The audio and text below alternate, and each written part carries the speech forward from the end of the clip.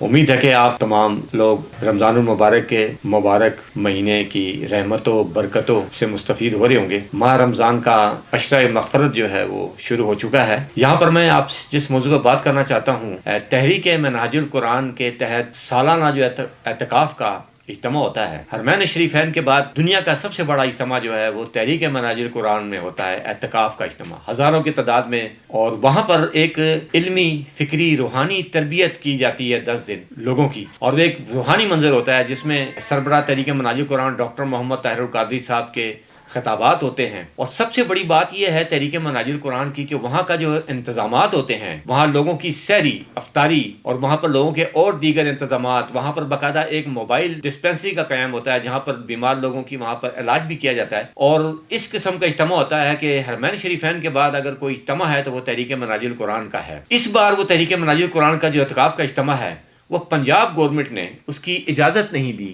کیونکہ اس ٹائم پنجاب میں دفعہ 144 کا نفاذ ہے۔ سیکنڈلی ملک کی سیکورٹی صورتحال، اور تیسرا جو اس ٹائم پاکستان افغانستان کی جنگ، ایران پر اسرائیلی اور امریکی اٹیک، جو ملک کے اس ٹائم سیکورٹی کے لحاظ سے جو صورتحال ہے وہ سازگار نہیں ہے، جس کی وجہ سے انتظامیہ جو ہے پنجاب حکومت جو ہے تحریک منہاج القرآن کو اعتکاف کا اس بار جو ہے اس کی اجازت نہیں دے رہی۔ تحریک منہاج القرآن کے تمام تنظیمات جو پورے پاکستان سے ہیں، ان کی باقاعدہ 3 دن تک مشاورت رہی ہے کہ اعتکاف کے اجتماع کو استعفا کیا جائے یا نہ کیا جائے، کیونکہ پنجاب حکومت کی رکاوٹ، دفعہ 144، پھر ملک کی سیکورٹی کی صورتحال، یہ تمام چیزوں کو زیر غور لایا گیا ان کے اجلاس میں۔ کچھ کارکنان جو تھے وہ اس کی مخالفت کر رہے تھے کہ نہیں، اعتکاف جو ہے وہ نہیں ہونا چاہیے۔ کچھ کارکنان جو ہیں وہ اس پر اتفاق تھا کہ نہیں، ہمارا یہ ایک دینی اجتماع ہے اور یہ ہونا چاہیے۔ تو مشاورت میں جو اکثریت جو تھی وہ اس پر تھی کہ تحریک منہاج القرآن کا جو سالانہ اعتکاف ہوتا ہے وہ اس بار نہ کیا جائے، مگر جو تحریک منہاج القرآن کے سربراہ ہیں ڈاکٹر طاہر القادری صاحب، انہوں نے جو ہے اس بات پر اتفاق کیا اور انہوں نے اس پر زور دیا کہ نہیں، تحریک منہاج القرآن کے تحت جو اعتکاف کا ہوتا ہے سالانہ اجتماع وہ ہوئے گا اور ہر حال میں ہوئے گا، کیونکہ جو تحریک منہاج القرآن کی جو پہچان ہے وہ میلاد النبی کانفرنس اور اعتکاف ہی ہے، تو ایمان کا حصہ بھی ہے، یہ ایمان کی بنیاد بھی ہے۔ تو انہوں نے اس پر جو ہے اختلاف کیا اور انہوں نے اپنے جو سیکنڈ ہینڈ قیادت ہے ان کو ہدایات جاری کی کہ تحریک منہاج القرآن کا جو اعتکاف کا اجتماع ہے وہ ہر حال میں ہوگا۔ سیکورٹی کی صورتحال، جو اگر انتظامیہ سیکورٹی کی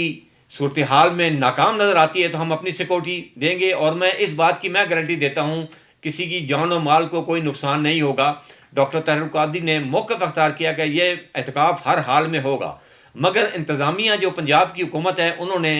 کافی درخواست کی ہے، انہوں نے کافی تحریک منہاج القرآن کو ریکویسٹ کی ہے اور اس بات پر زور دیا کہ خدا را آپ اس اجتماع کو اس دفعہ جو ہے وہ منسوخ کر دیں، کیونکہ ملک کی صورتحال ہے، ہم آپ کو سیکورٹی فراہم نہیں کر سکتے۔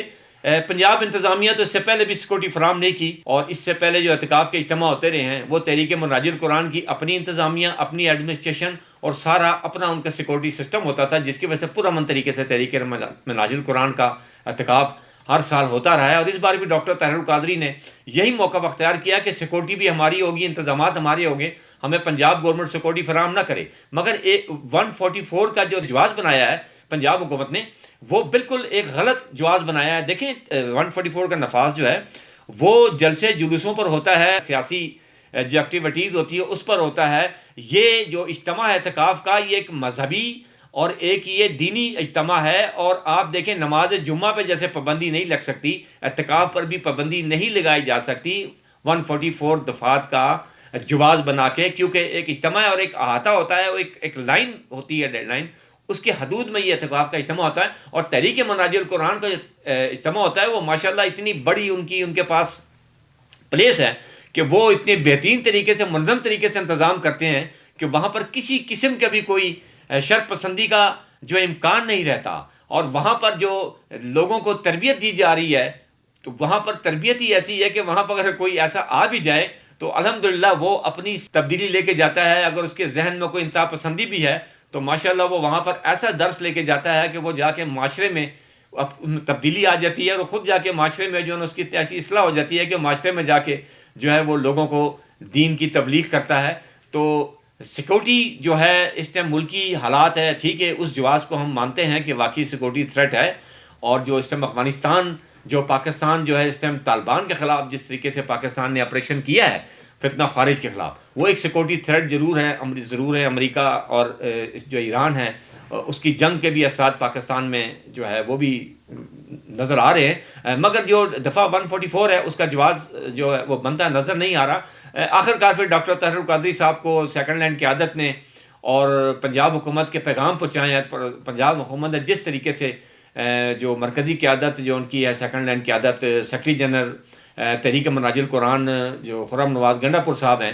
ان سے رابطے میں رہیں، اور یہ کوئی پریشرائز کر کے یہ نہیں، یہ بھی میں آپ کو یہاں پر بات کلیئر کرتا چلوں کہ یہ بھی کوئی نہ سمجھے کہ تحریک مناج القرآن کو پریشرائز کر کے یہ اعتکاف کا جو ان کا اجتماع ہے اس کو منسوخ کرایا گیا ہے۔ انہوں نے درخواست کی ہے اور انہوں نے ریکویسٹ کی ہے اور انہوں نے ہر طریقے کا جو ہے ان سے تعاون مانگا ہے، جس کے بعد ڈاکٹر طاہر القادری جو ہے انہوں نے اس اعتکاف کو ملتوی کیا ہے، ادروائز وہ اس کے حق میں نہیں تھے ڈاکٹر طاہر القادری۔ تو اب یہ اعتکاف کا اجتماع جو ہے وہ نہیں ہوگا تحریک مناج القرآن کا، اور مگر ڈاکٹر طاہر القادری صاحب کے خطابات جو ہیں وہ باقاعدہ جاری رہیں گے، اور پورے قوم پاکستان جو اس سے مستفید ہوگی، اور آخری عشرہ جو رمضان کا ہوگا اس میں جو ہے مناج القرآن کے کارکنان اور پاکستان میں جو رہنے والے ہمارے روزہ دار ہیں جو آخری عشرے میں عبادات کرتے ہیں وہ ان کے خطابات سے، ان کی علمی، فکری اور روحانی اجتماع سے مستفید ہوں گے۔ تو اللہ پاک دعا ہے کہ اللہ پاک ہمارے تمام مسلمانوں کے روزے، نماز، عبادات، اعتکاف ان کو قبول فرمائے، اور اللہ پاک پاکستان میں اپنی رحمتوں کا نزول فرمائے، پاکستان کو اندرونی اور بیرون خطرات سے محفوظ بنائے۔ اللہ پاک ایران کو سرخرو کرے، امریکہ اور اسرائیل جو ظلم اور بربریت کر رہا ہے، جو عالمی دہشت گرد بن کر اس ٹائم عالم اسلام کو وہ غلام بنانا چاہتا ہے، اللہ کی مدد آئے اور ایران کو کامیابی دے۔ تو اللہ پاک جو ان کو نیست نابود کرے، بیت المقدس کو آزاد کرے۔ رمضان کے مہینے میں آپ دعا کریں اللہ پاک سے، یہ پاکستان بھی 27ویں رمضان المبارک کا تحفہ ہے، لیلۃ القدر کی رات یہ وجود میں آیا تھا، تو آج آپ یہ دعا کریں یا باری تعالیٰ اس مبارک رات کے صدقے اللہ پاک ایران کو کامیابی دے، فتح نصیب فرمائے، بیت المقدس کو آزاد کرے، اور اسرائیل اور امریکہ کو نیست سے نابود کرے، یہودی اور فرعونی طاقتوں کا خاتمہ کرے، عالم اسلام کو غالب کرے، اور پاکستان میں اور پوری دنیا میں اسلام کا نافذ کرے۔ بہت شکریہ۔ میری اگر یہ ویڈیو آپ کو پسند آئی ہے تو اس کو لائک کریں، کمنٹس کریں۔ بہت شکریہ۔